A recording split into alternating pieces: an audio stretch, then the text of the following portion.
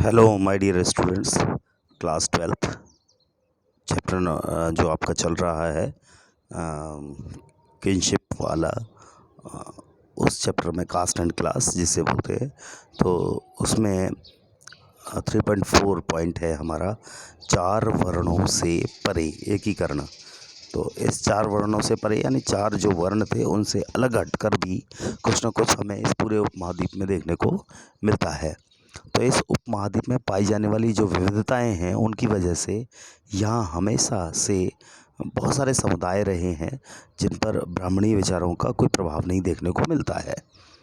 तो हमारे पूरे संस्कृत साहित्य के अंदर हम जब ऐसे समुदायों के बारे में पता लगाते हैं तो बहुत सारे समुदायों का उल्लेख दिखाई देता है। तो हमें कई बार विचित्र, असभ्य और उन्हें पशुवत चित्रित किया जाता है, उन्हें दिखाया जाता है इस तरीके से कि पशुओं जैसा वो व्यवहार करते थे या असभ्य थे, वो बहुत विचित्र थे वो लोग। तो ऐसे उदाहरण जो है ना वो हमें वनों के अंदर या वनों के आसपास के क्षेत्रों में देखने को मिलते हैं, जिनके लिए शिकार और कंदमूल जो संग्रह करना जीवन निर्वाह का एक बहुत ही महत्वपूर्ण साधन माना जाता था। निषाद जो वर्ण था, जिससे एकलव्य जुड़ा हुआ था, यही इसी प्रकार का एक उदाहरण है। उसी एकलव्य वाले जो कांड है, उसको आप अगर देखेंगे तो वो निषाद वर्ग से ही संबंधित था। यायावर जितने भी पशुपालक होते हैं एक स्थान से दूसरे स्थान तक घूमने वाले, उनके समुदाय को भी शंका की दृष्टि से देखा जाता था, क्योंकि देखो होता यह है कि आसानी से जो बसे हुए कृषि कर्मी होते हैं उनको आराम से आप ढाल सकते हैं अपने अनुरूप, अपनी सामाजिक गठबंधन में उन्हें बांध सकते हैं। परंतु ऐसे व्यक्ति जो एक स्थान पर नहीं रहते रुककर, ऐसे व्यक्तियों को आप अपने साँचे में नहीं ढाल सकते। तो कहीं कहीं पर उन लोगों को जो असंस्कृत भाषी कहे जाते थे उन्हें मलेच्छ कह दिया जाता था। मलेच्छ यानी गंदा। तो इस तरीके से ये एक पॉइंट निकलता है मलेच्छ के लिए कि इस दृष्टि से देखा जाता था उन्हें, गंदी दृष्टि से कि हेय दृष्टि से, जिससे कि पता चलता था कि ये व्यक्ति थोड़े गंदे हैं। किंतु इन लोगों के बीच विचारों और मतों का आदान प्रदान होता रहता था। उनके संबंधों के स्वरूप के बारे में हमें महाभारत की कथाओं में ही मालूम पड़ेगा आपको कि किस तरीके से उनकी चीज़ें हुआ करती थी। एक छोटी सी स्टोरी दे रखी है, बाघ सदृश पति। ये महाभारत के आदि पर्वन से ली गई है और उस टाइप की कहानी है। ये आपको खुद पढ़नी है, इसके बारे में पता लगाना है और साथ ही साथ इसे होमवर्क के रूप में आपको करना भी है। अब हम आगे चलते हैं, चार वर्णों से परे और क्या क्या था। अब नेक्स्ट पॉइंट है अधीनता और संघर्ष के बारे में। तो ब्राह्मण जो होते थे वो कुछ लोगों को वर्ण व्यवस्था वाली जो सामाजिक प्रणाली होती है उस सामाजिक प्रणाली के बाहर मानते थे ऐसे लोगों को। तो साथ ही उन्होंने समाज के कुछ वर्गों को अस्पृश्य घोषित कर दिया, यानी जिन्हें छुआ नहीं जा सकता ऐसा घोषित कर दिया गया। तो सामाजिक जो वैषम्य होता है उसे उन्होंने बहुत ज़्यादा प्रखर बना दिया ब्राह्मणों ने। तो ब्राह्मणों का यही मानना था कि कुछ काम होते हैं खासतौर से अनुष्ठानों से जुड़े, संपादन होते हैं उनसे जुड़े हुए कुछ लोग थे, बहुत पुनीत और पवित्र माने जाते थे। अपने को पवित्र मानने वाले जो कुछ लोग होते हैं वो अस्पृश्यों से भोजन नहीं स्वीकार करते थे, है ना। तो भोजन वो बिल्कुल स्वीकार नहीं करते थे ऐसे लोगों से। तो पवित्रता का जो पहलू है इसके ठीक विपरीत कुछ कार्य ऐसे हुआ करते थे जिन्हें खास तौर से दूषित मान लिया जाता था, गंदा मान लिया जाता था।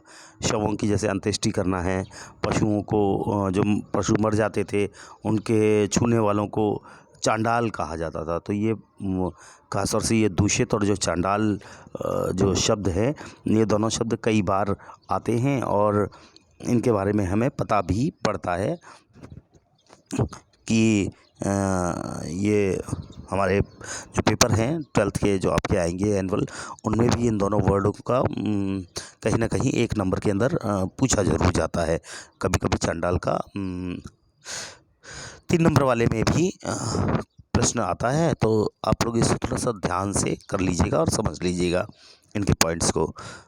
तो ऐसे लोगों को चंडाल कहा जाता था जो मृत पशुओं को छूने वाले होते थे। उन्हें वर्ण व्यवस्था वाले समाज में सबसे नीचे रखा जाता था। तो स्वयं को सामाजिक क्रम में ये सबसे ऊपर मानते थे वे लोग। कौन? ब्राह्मण लोग अपने आप को। इन चंडालों का स्पर्श, यहाँ तक कि उन्हें देखना भी, उनकी छाया भी पड़ना एक बहुत बुरा माना जाता था, अपशकुन माना जाता था, अपवित्रकारी माना जाता था। तो इसलिए लोग उनसे थोड़ा दूर रहा करते थे। अगर आप मनुस्मृति में देखें तो चांडालों के कर्तव्यों की सूची हमें वहाँ देखने को मिलती है। उन्हें गाँव के बाहर रहना होता था। जो घर के फेंके हुए बर्तन होते थे उनका वो लोग इस्तेमाल करते थे। मरे हुए लोगों के वस्त्र पहनते थे, लोहे के आभूषण पहनते थे। रात में गाँव और जो नगर होते थे उनमें वो जा नहीं सकते थे, वहाँ नहीं जा सकते थे, उन्हें जाने की मनाही थी। साथ ही साथ संबंधियों से विहीन मृतकों की उन्हें अंत्येष्टि भी करनी पड़ती थी, क्योंकि देखो अंत्येष्टि का तो उनका काम ही था और वो उन्हें कार्य करना ही पड़ता था, तथा वधिक के रूप में भी कार्य करना पड़ता था। तो चीन से आए बहुत सारे बौद्ध भिक्षु हैं, जैसे फा शियन हुए हैं 5वीं शताब्दी में। उनका यही कहना था कि जितने भी अस्पृश्य हैं उनको सड़क पर चलते हुए करताल बजाकर, अपने हाथ में करताल होता था वो बजाते थे, जिससे उन्हें अपने आने की सूचना देनी पड़ती थी, है ना, कि आने वाले लोग जो हैं वो कहीं उससे टकरा ना जाएं या उसके छाया में ना पड़ जाएं या उसे देख ना लें। तो करताल बजाता था तो लोग दूर हो जाया करते थे, उसके दोष से बच जाते थे। तो ये ऐसे ऐसी इस टाइप की चीज़ें होती थी, वो दोष नहीं लगता था उस व्यक्ति के ऊपर।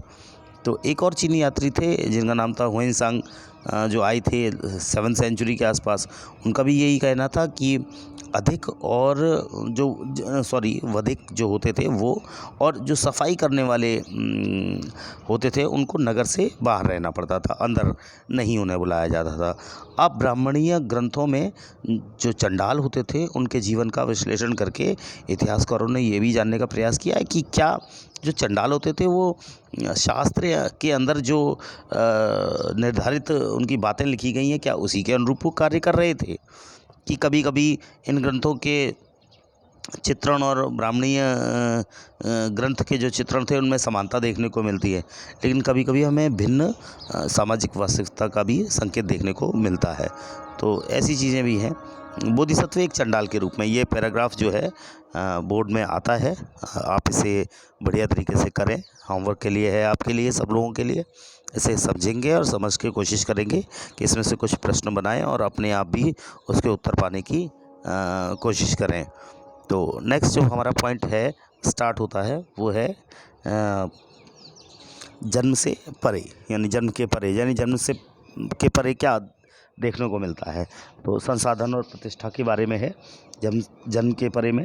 अगर हम चैप्टर नंबर 2 में जो आर्थिक संबंध दिए गए थे उनके बारे में विचार करें तो हमें ये पता चलता है कि जैसे दास होते थे या भूमिहर, खेतिहर मजदूर होते थे, शिकारी होते थे, मछुआरे होते थे, पशुपालक होते थे, किसान होते थे, गांव का मुखिया होता, शिल्पकार, वणिक, राजा, सभी का इस पूरे उपमहाद्वीप के विभिन्न हिस्से में सामाजिक अभिनायक के रूप में धीरे धीरे उद्भव हुआ, वो निकलकर सामने आए। उनके सामाजिक जो स्थान था इस बात पर निर्भर करते थे कि आर्थिक संसाधनों पर उनका कितना नियंत्रण है, या वहाँ के जो आर्थिक संसाधन है उन पर कितना उनका नियंत्रण है, कितनी चीज़ें उनके अंडर में हैं। तो हम जब विशेष संदर्भों के बारे में बात करते हैं तो हम इस बात का भी देखने की कोशिश करेंगे, परीक्षण भी करेंगे, मालूम करेंगे और बताएंगे कि संसाधनों पर नियंत्रण के क्या आशय हुआ करते थे, है ना, सामाजिक आशय क्या हुआ करते थे। तो पहला पॉइंट है हमारा संपत्ति पर स्त्री और पुरुष के भिन्न भिन्न अधिकार। जब हम महाभारत के एक महत्वपूर्ण प्रकरण के बारे में विचार करेंगे तो कौरवों और पांडवों के बीच में लंबे समय से चली आ रही जो लड़ाई थी, जो प्रतिस्पर्धा थी, उसके बाद दुर्योधन ने युधिष्ठिर की दूत क्रीड़ा के लिए आमंत्रित किया कि भैया आप आ जाओ। युधिष्ठिर अपने प्रतिद्वंद्वी द्वारा धोखा दिए जाने के कारण इस दूत में स्वर्ण, हस्ती, रथ, दास, सेना, कोष, राज्य, अपनी प्रजा की संपत्ति, अनुज और फिर स्वयं को भी दांव पे लगा बैठे। है ना। उसके बाद उन्होंने अपनी जो पत्नी थी द्रौपदी, उसे भी दांव पे लगा दिया, उसे भी वो हार गए, सब कुछ हार गए। तो संपत्ति के स्वामित्व के मुद्दे जो थे वो इन कहानियों में दिए गए हैं। लेकिन धर्मसूत्र और जो धर्मशास्त्र हैं उनमें भी इस बातों को उठाया गया है। मनुस्मृति में भी ये कहा गया है कि जो पैतृक जायदाद होती है उसका माता पिता की मृत्यु के बाद सभी पुत्रों में समान रूप से बंटवारा होना चाहिए। लेकिन ज्येष्ठ पुत्र विशेष भाग का अधिकारी था। स्त्रियां इस पैतृक संसाधन में हिस्सेदारी की मांग नहीं कर सकती थी। लेकिन विवाह के समय मिले उपहार स्त्रियों का स्वामित्व माना जाता था। भाई हमने उपहार दिया है, जो भी दहेज में, वो तो उसका माना ही जाएगा। और इसे स्त्री धन कह दिया जाता था। तो इस संपत्ति को उनकी संतान विरासत के रूप में प्राप्त कर सकती थी। इस पर उनके पति का कोई अधिकार नहीं होता था। ये सीधी सी बात है कि हाँ, उसका अधिकार नहीं होता था, वही उसे यूज़ किया करती थी। लेकिन मनुस्मृति स्त्रियों को पति की आज्ञा के विरुद्ध पारिवारिक संपत्ति और स्वयं अपने बहुमूल्य जो धन होता था उसके गुप्त संचय के विरुद्ध भी चेतावनी दे दिया करती थी।